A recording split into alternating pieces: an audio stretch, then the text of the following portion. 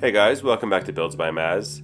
This video is the start of my home gym series, where I'll be showing what equipment I think is the best combination of quality and price, starting with the Snode leg press and hack squat combo. This is a great home gym addition for training legs, and I'll give you a product overview as well as my own personal review. Let's get started.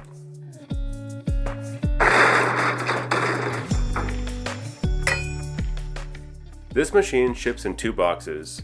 I'm not going to go through the whole assembly process, but I just wanted to share a couple of tips.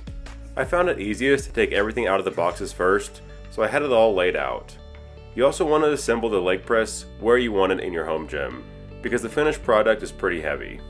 The majority of the framing is 2x2 steel, and everything is black powder coated and attached with heavy duty nuts and bolts. I was really happy with the build quality, especially considering its low price. I really think you'd have a hard time finding a better value leg press and hack squat combo. So let's get into how this machine works, starting with the hack squat.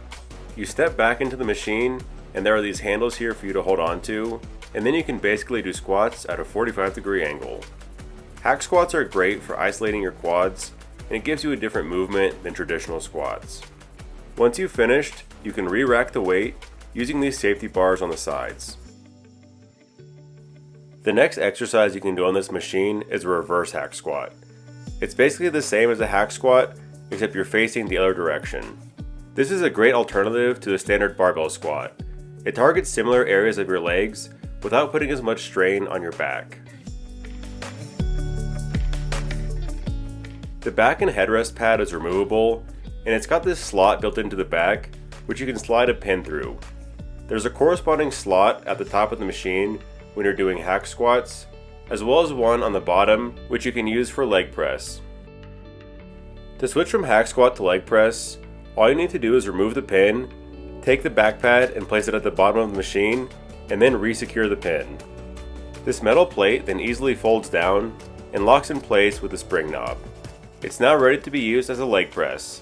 The whole switch takes maybe 10 seconds, and it's super easy to do. Leg press takes all the weight off your upper body, so it's a great exercise to do if you have any kind of back pain.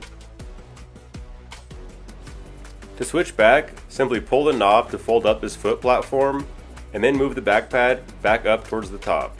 It really is that easy. One of the best parts about this machine is its small footprint. Here you can see just how narrow it is, at just under 4 feet wide. Snode did a good job with the design here, having the weights load underneath the machine, which helps keep things more compact. You only need about 18 inches on either side, so you can walk by to load the weights. This is great for home gym users who don't have that much space. Most leg presses will have the weights loaded to the side of the machine like this, but that takes up extra space on each side.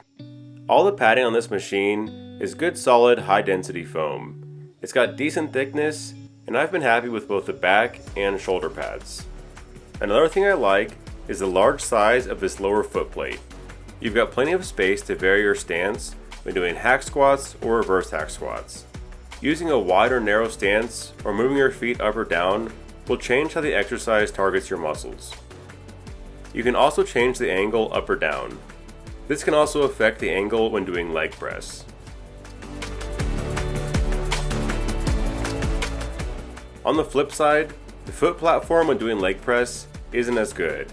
It's considerably smaller, and you don't really have the space to do a wide stance. This may be more of a problem if you're an especially tall person. There is room to add a couple inches on either side, and it'd be a great improvement that I would love to see Snode implement. Another feature are these resistance band pegs. You can loop a band up around this weight bar, and there are even a couple additional holes in the bottom to move the pegs around, which will affect how the band stretches. Looking at these side lockout rails, you can see there are 3 stopping positions, which really accommodates people of all different heights. My wife is 5'3", and she has no problem using this machine, and I think you'd be fine even if you were a few inches shorter. Another thing I like about these rails is that they pop out as soon as you lift the weight up, so you're not having to worry about pushing them out when you're starting your workout. Now let's talk about range of motion. Getting proper depth is one of the most important things when choosing a hack squat or leg press machine. Here's the bottom safety bumper, which is adjustable to a few different heights. Now I actually don't like the design of this. There's a channel in the back, which a screw inserts into to hold it in place. but you can see the channel stops partway up, so this portion of the safety stopper can't be lowered. With the screw in place, this is as low as the stopper will go. What I ended up doing is removing the screw entirely, and you can push the stopper all the way to the bottom. That gives you an extra 4 or 5 inches to work with, which can make a big difference. Here I want to show you the range of motion for all 3 exercises. With leg press, I can go as deep as I want, and I have room to spare. Again, this is with the safety stopper at the very bottom. With hack squats, I can get just below 90 degrees, which is plenty deep, but I wouldn't be able to get this low with that screw in place. I think it's a simple design change that I hope Snode makes in the future. Lastly, we have reverse hack squat, which is the only one where I wish I could get just a couple inches deeper, but overall the range on this machine is great and better than a lot of options out there. There's a weight post on either side to store your plates when you're not using them, which is really convenient, and the capacity for this machine is 1,200 pounds, so you shouldn't have any issues loading up the leg press as much as you need. Overall, the bearings are smooth, the weight glides really well along the track, and I don't have any issues with movement. For $1,000, I really think this is a fantastic piece of equipment. It can really add a lot of variety to your leg day, and it's great for experienced or new lifters alike. It's a solid addition to any home gym. If you're interested in the Snode leg press hack squat combo, you can find a link in the video description below. Or if you have any questions, feel free to leave me a comment. Thanks for watching, and we'll see you next time.